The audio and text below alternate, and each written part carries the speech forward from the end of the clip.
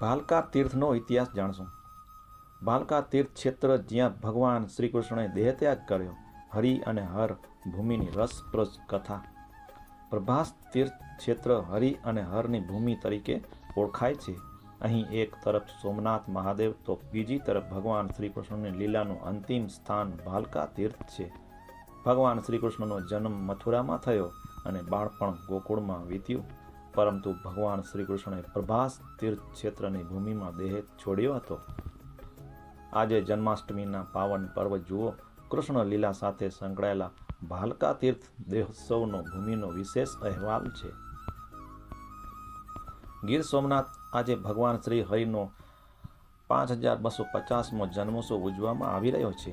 ભગવાન શ્રી કૃષ્ણની લીલાનો ઉલ્લેખ સનાતન ધર્મના ગ્રંથોમાં જોવા મળે છે। શ્રી કૃષ્ણનો જન્મ મથુરામાં થયો, બાળપણ ગોકુળમાં પસાર થયું, શ્રી કૃષ્ણએ દ્વારકા પર રાજ કર્યું અને અંતે પ્રભાસ તીર્થ ક્ષેત્રની ભૂમિ પ્રભાસ પાટણમાં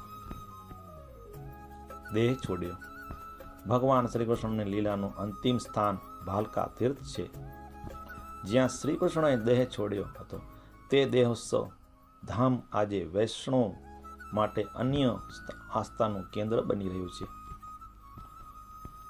શ્રી કૃષ્ણનો દેહ ત્યાગ ભાલકા તીર્થ ક્ષેત્રનું કૃષ્ણ લીલા સાથે ખૂબ જ ધાર્મિક મહોત્સવ જોડાયેલું છે।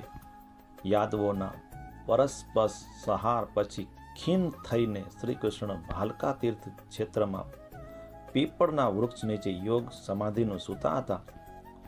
ભગવાન શ્રી કૃષ્ણને યોગ સમાધિને ભૂલથી મૃગ માનીને જરા નામના પારધીએ બાણ છોડ્યું, જે શ્રી કૃષ્ણના પગના તળિયાની વિંધીને કાયામાંથી આર પાર નીકળી ગયું।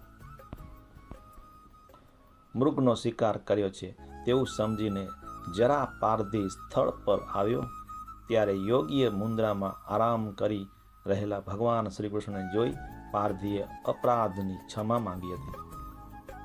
ક્ષમા આપતા ભગવાન શ્રી કૃષ્ણે જરા પારધીને એવા વચન કહ્યા કે આજે થયું છે તે તેમની સ્વયં ઈચ્છાથી થયું છે।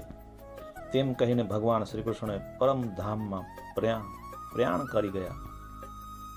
સ્કંદ પુરાણના પ્રભાસ ખંડના 353ના અધ્યાયમાં ઉલ્લેખ છે કે મને બાણ વડે પગના તળિયામાં અહીં જરા પારધીએ વીંધ્યો છે, માટે આ તીર્થ ભાલકા તીર્થ નામથી વિખ્યાત થશે।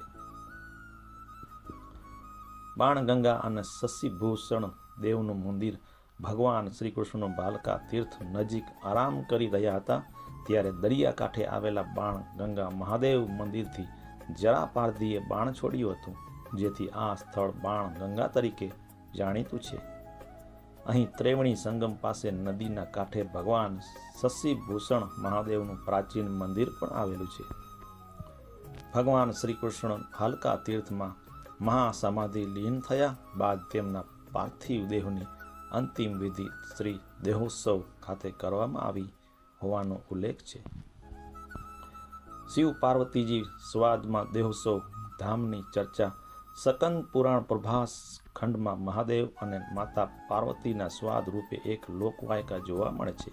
ભગવાન શ્રી કૃષ્ણ તીર્થોથી ભરેલી દ્વારકા નગરી છોડીને દેહત્યાગ માટે પ્રભાસ તીર્થ ક્ષેત્ર કેમ આવ્યા? માતા પાર્વતીએ આ સવાલ જવાબમાં મહાદેવે ઉત્તર આપતા જણાવ્યું કે કરોડો તીર્થ છે, પરંતુ પ્રભાસ તીર્થ ક્ષેત્ર અસંખ્ય ગુણોથી ભરેલું છે।